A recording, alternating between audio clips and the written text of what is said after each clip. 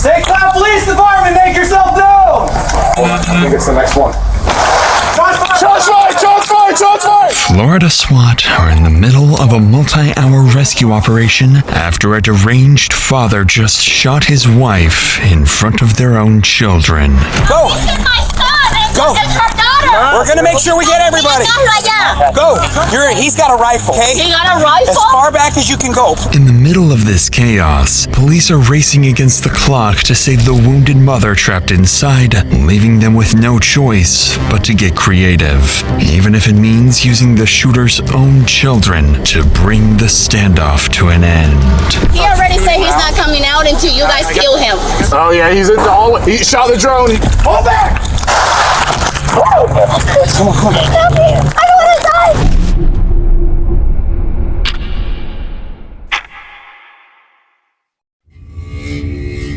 It's approximately 6 p.m. on a Saturday evening in an upper-class lakefront neighborhood in St. Cloud, Florida. Inside one of the homes, a heated argument erupts between 48-year-old Jose and his wife Lizette, one that's about to completely spiral out of control.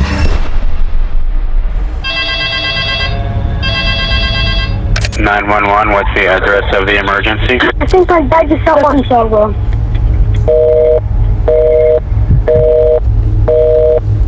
My dad is upstairs with the gun. I don't know. He went back to the room. What is your mom? He just shot her.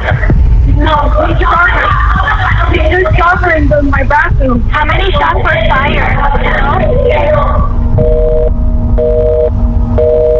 After the call disconnects, the St. Cloud Police Department rushes to respond, immediately dispatching 20 patrol cars to the scene. From what officers can gather, two siblings just watched their father shoot their mother, and they could be his next victims. The first to arrive is rookie officer Garnesh, with only 6 months of experience, and as he steps out of his car, he's walking straight into the line of fire. Go inside. Get inside your house. Get out of the way.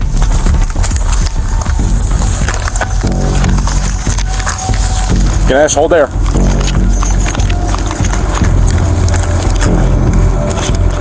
Have the 1027 and the neighbor step out and come immediately north. All the way at the corner on the left is going to be the target residence. 1027 is one house to the north. One house towards us. Officer Garnesh and his partner are positioned roughly 70 feet away from the active shooter's house, waiting for backup. Moments later, additional units arrive, along with K-9 quickly surrounding the home from both the east and west. Leading the operation is Sergeant Patrick Mannix. With nearly a decade in law enforcement and awards including Hero of the Year, he's earned a reputation for doing whatever it takes to protect innocent lives. So, knowing a civilian hostage may be critically wounded inside, Mannix understands the clock is working against him, so he quickly devises an extremely bold strategy, completely unaware of the danger he's about to send his men directly into. The sergeant's plan is straightforward, but far from simple.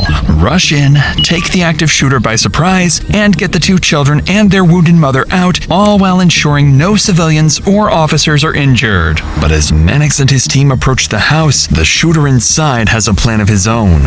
One that doesn't involve surrender, but instead drawing officers into a deadly ambush. Okay, let's move.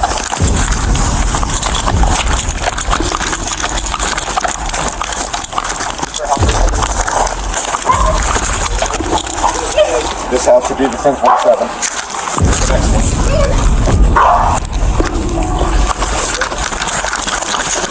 Yo. Nice house.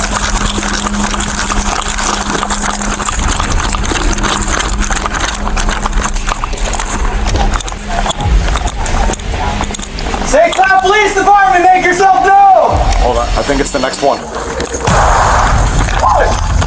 Shots fired! Shots fired! Shots fired! Shots fired! Pull back!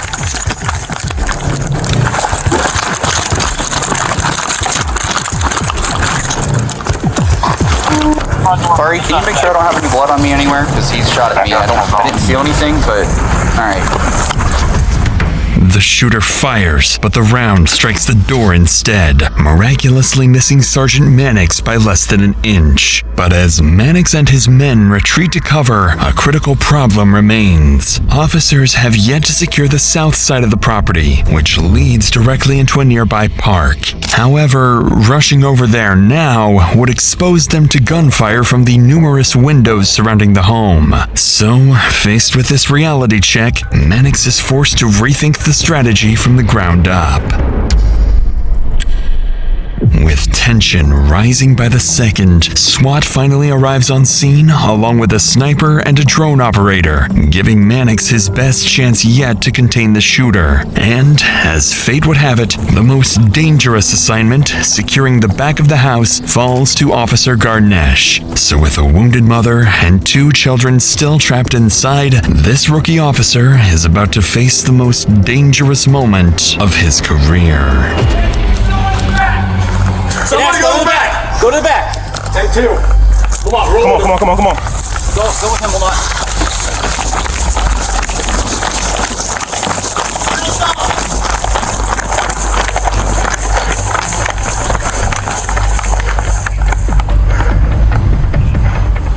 Backyard's fenced off. There's a fence back here. Just make sure we got him up there. It's fenced off back here. Who's going to do 600? That's me. 51.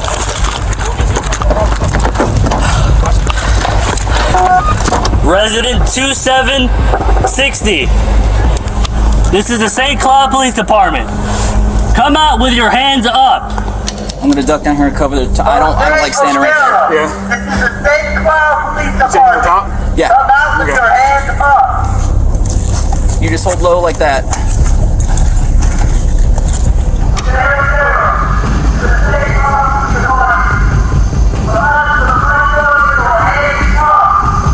As Officer Garnesh continues issuing commands, SWAT has now surrounded the house from all directions, while a sniper maintains visual on the front entrance. And for the first time since the standoff began, police finally have gained the upper hand. With the standoff closing in on the 1-hour mark, one officer decides it's time to deploy a drone, hoping to locate both the shooter and the wounded victim inside. But what seems like a smart tactical move is about to escalate the standoff even further.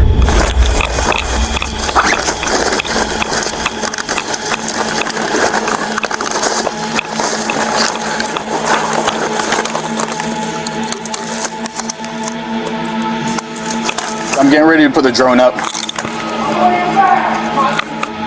Come on.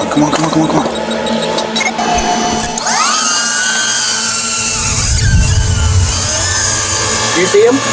Oh, yeah, he's in the hallway. He shot the drone.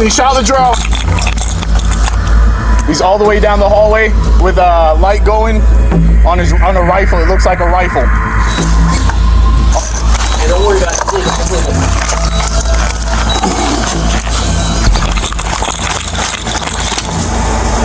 But you can see through the front door?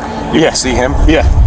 Despite successfully locating the shooter, the drone is shot down, making the suspect even more agitated. But even more concerning, there has still been no update on the 2 children inside or their injured mother until now. Suddenly, officers notice movement, and within seconds, the entire scene descends into chaos.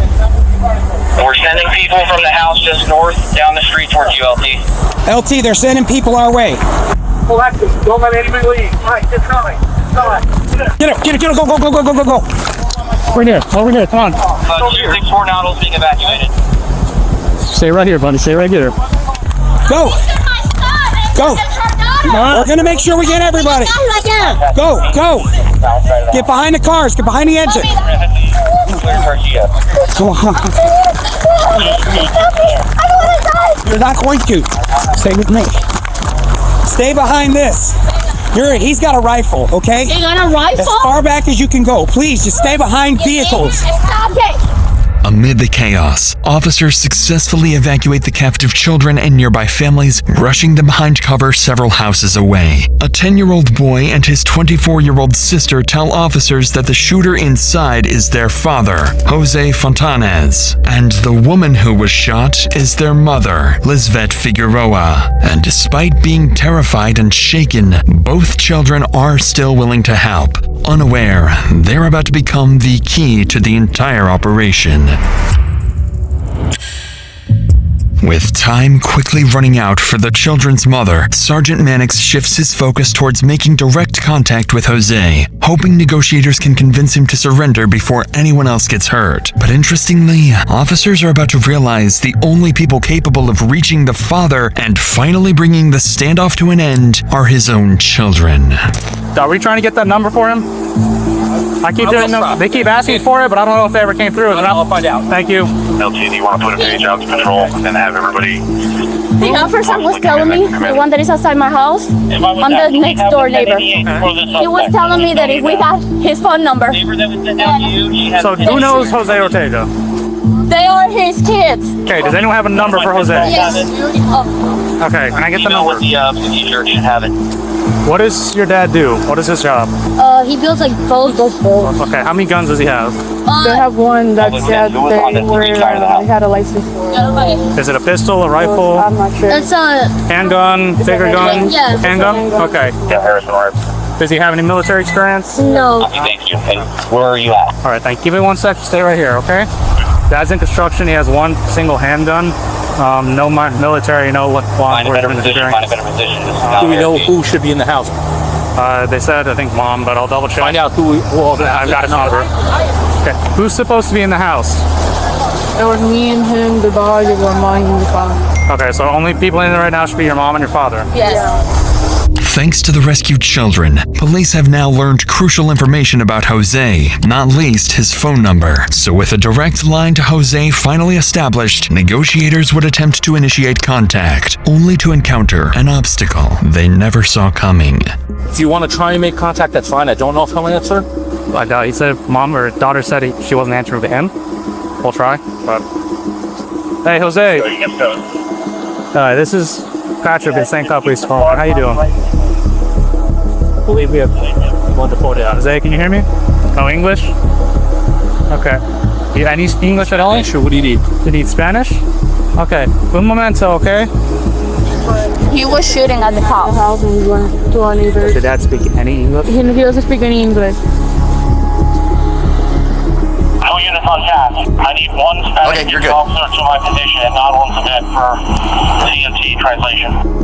I can get Cologne to you.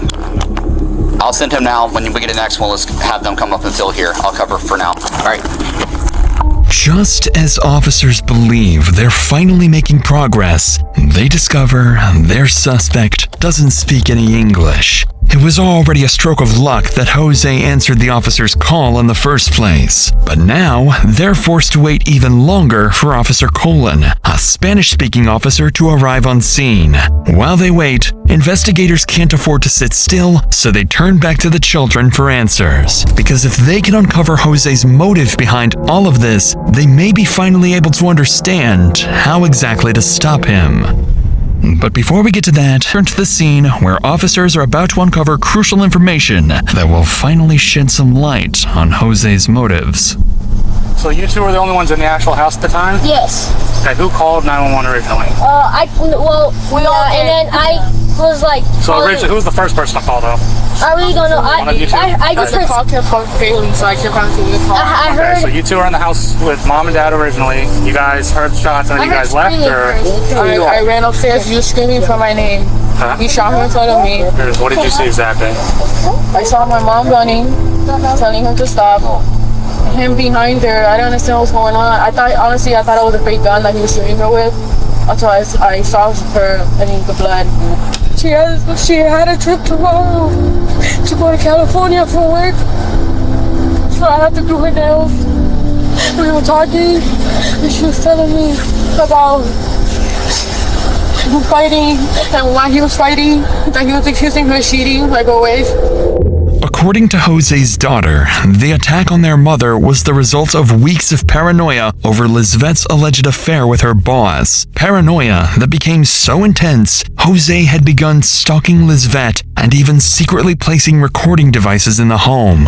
And with that, detectives realized that if Jose is capable of snapping and shooting someone over unconfirmed accusations of cheating, reasoning with him will be incredibly difficult, even with a Spanish translator present. Nevertheless, they have to try. Approximately 1 hour and 15 minutes into the standoff, Officer Colin finally arrives on scene. But as he prepares to make contact with Jose, he has no idea the shooter is about to make officers question everything they think they know about the situation and who they're truly up against. Jose, can you hear me? Jose? Jose, no oye. Dímelo. José, soy oficial Colón con el Departamento de Policía de San Clau. ¿Tú estás bien? ¿Ah? ¿Tú estás bien? Yo estoy bien, ¿sí? ¿Qué pasó? Ok, pues, ¿qué es lo que está pasando adentro? Take some deep breaths, not some stresses. Okay? Yeah, I just Take a breath. ¿Quién más está dentro de la casa contigo? Un nene pequeño aquí. ¿Un nene pequeño? Saying he has a child with him inside. Okay, how old is the child? ¿Cuántos años tiene el nene? 10. ¿Y cómo se llama el niño de 10 años? Ok. Ok, José, ¿tú puedes caminar hacia afuera de la casa, donde nosotros? ¿Para qué? ¿Para que me cojan? No es para que te cojamos, es para hablar contigo sobre lo que está pasando porque no sabemos. José, escuchamos algunos disparos. Lo que queremos saber es que esté todo el mundo bien y para cerciorarnos de esto queremos ver a todo el mundo, ¿entiendes? Esta es la televisión que está prendida. Esa es la televisión que está prendida. ¿Qué es lo que tú quieres ahora mismo? No sé, en verdad, no sé, que tengo la mente ida. Sal para afuera para nosotros poder ayudarte, José. ¿Me escuchaste, José? Sí, te escuché. ¿Vas a salir para afuera? No sé, dame un break a ver. Jose makes the bizarre claim that the gunshots officers heard were actually coming from the television inside the house, despite police witnessing him fire multiple rounds. He also insists his 10-year-old son is still inside the home, the same boy officers had just helped escape with his sister moments earlier. It quickly becomes clear that Jose is either desperately trying to manipulate police or is deeply detached from reality. Either way, negotiators don't challenge his lies and instead continue trying to convince him to step outside. But as the call drags on for the next 20 minutes, their worst fears are slowly becoming a reality. Jose has no intention of surrendering. By now, the standoff has begun taking a visible toll, not only on the officers, but also on Lisvette's children and friends who anxiously wait on the street, knowing that every wasted minute could cost the innocent mother her chance at survival. And unsurprisingly, tensions are about to boil over as one of Lisvette's close friends begins confronting officers over their strategy. I'm not telling you how to do your job, but can y'all go in? So there's a whole set of situations we have to follow, okay? But the longer it takes, the longer it's just gonna bleed. I hear you. We have to be careful. Because then if we start having this, He already said he's not coming out until you guys kill him. Okay. Okay, can we get an ambulance now? Yeah, we're gonna have Please, to start please, rolling out. please, Yes. I understand. please. So, mira, escúchame. So, tenemos que cerciorarnos que There's podamos. nobody else in there, I promise you. I just need somebody to listen, get there. I She's understand. bleeding. But take a breather. Just take a breather, okay? She's bleeding on me. I'm scared. And the longer it takes it, the less the chance she has. However, think of it like this, right? Let's say he brought one of his buddies and had him away in there, and if we, but if he did, right? We don't know that for sure. If he could have, and if say he did, though, He was coming in. I understand I that, got but you. we don't have know to that. make those things sort of- Everything we base Because off we start of sending facts officers to at save the her, now moment. they die, it's gonna be a whole other battle just to get her out now. As officers desperately try to calm the furious crowd, negotiations with Jose appear to be going nowhere, so Mannix begins coordinating tactical preparations for the worst-case scenario. Believing Jose is becoming increasingly restless inside the house, and with no update on Lisvette's condition, a dangerous confrontation may soon become unavoidable. Their next moves must ensure the victim is saved, no officer is injured, and ideally that the suspect is taken into custody alive. Hey, with the three of us here, let's go over assignments in case he does come out. Okay. Because we are contact here. Yep. All right. I need I'll one. drop and go hands. I need one lethal. I need one hands and one verbal. I'll do verbal. Waiter's got verbals. I'll take. You got lethal. I'll hold go lethal. hands. So here's how this is going to work. If he does come out and he does start walking this way, Porterfield, you're going to stay deadly. Cologne, you're going to switch to less lethal. Jess, you're going to go hands with him. Got it? Yes. And you're going to go voice. Jose Otero, this is the St. Cloud Police Department. Come out through the front door with your hands up. What kind of rifle is it? A loud one. Alright, and so whatever we do, we are not leaving this position. Got it? Even if he comes out, runs back in, we are not leaving. What was that, Wager? I said if he starts fighting with him on the ground and we see there's nothing visible in his hands, I'm going to sling this taser. With Sergeant Mannix's plan now set in motion, officers hold their positions, waiting for the green light on whether Jose will surrender or whether they'll be forced to escalate the situation and make entry. But unbeknownst to Sergeant Mannix, he's no longer at the center of what happens next, as the final phase of the standoff is about to be initiated not by him, but by Jose's own son. At this point, with Jose continuing to resist police commands, his daughter attempts to call him herself, desperately trying to convince him to surrender, but the call goes unanswered. Then Jose's 10-year-old son tries calling him, and this time, the call connects. The father and son speak for several minutes before Jose suddenly hangs up. Although it's unclear exactly what was said, moments later, Jose calls officers back with an update they never saw coming. José, ¿me oye? Oficial Colón otra vez. Ok, ¿estás bien? Sí. ¿Por qué tú...? Yo me voy a entregar. ¿Te vas a entregar? Sí, yo voy a salir, me voy a entregar. Ok, José, hazme caso. Cuando salgas para afuera, sal con las manos arriba, ¿ok? ¿Tengo la pistola aquí? Deja las pistolas ahí mismo. Ya, vas a salir por la puerta de al frente sin armas, sin nada, ¿ok? Si te puedes quitar la camisa, mejor todavía. Against all odds, Jose suddenly says he's ready to surrender. With adrenaline racing for everyone on the scene, officers hold their position from all directions, while the sniper watches over the front entrance, anxiously waiting for Jose to emerge. But after everything that's happened, police have no way of knowing whether he's telling the truth or setting up one final ambush. Only wager on verbals. Let them know that. Only wager on verbals. Only wager on verbals. Stay off PA once he makes his exit. Stay on there. This is the St. Cloud Police Department. Come out to the front door with your hands up. Face away from me! Stop! Face away. Stop! Hey, yes, get it off! Do not move. Do not move. Put your hands out! Put your hands out! Don't move! Look at stop!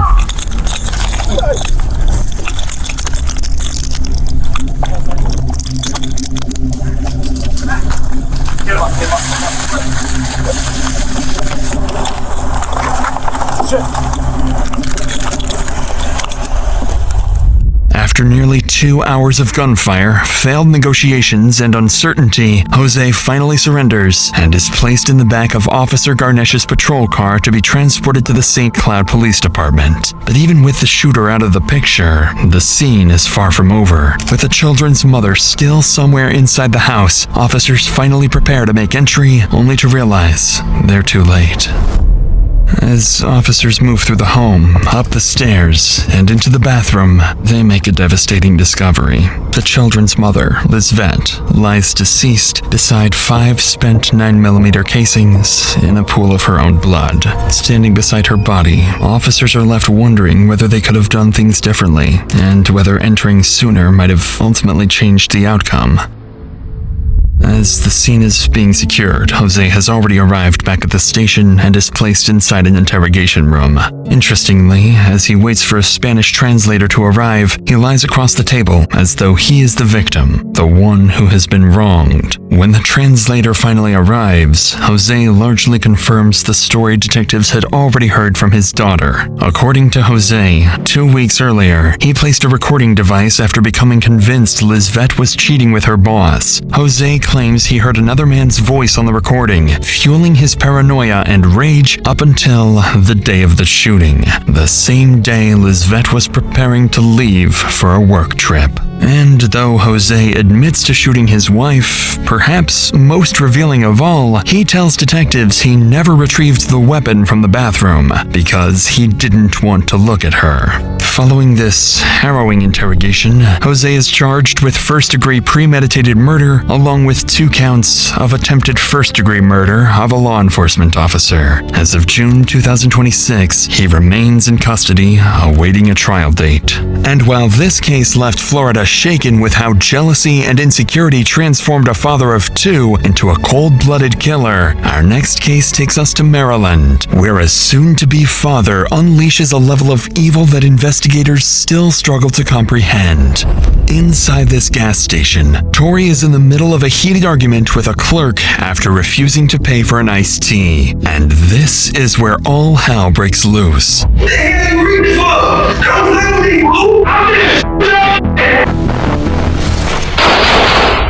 But police would soon learn this isn't even Tori's first kill, because when officers force their way through his front door, they'll uncover even more victims. Police department! Search warrant! Jesus Christ. Could this be Mom? You don't want to go back there if you don't have to. It's pretty bad. This one right here. I want the books.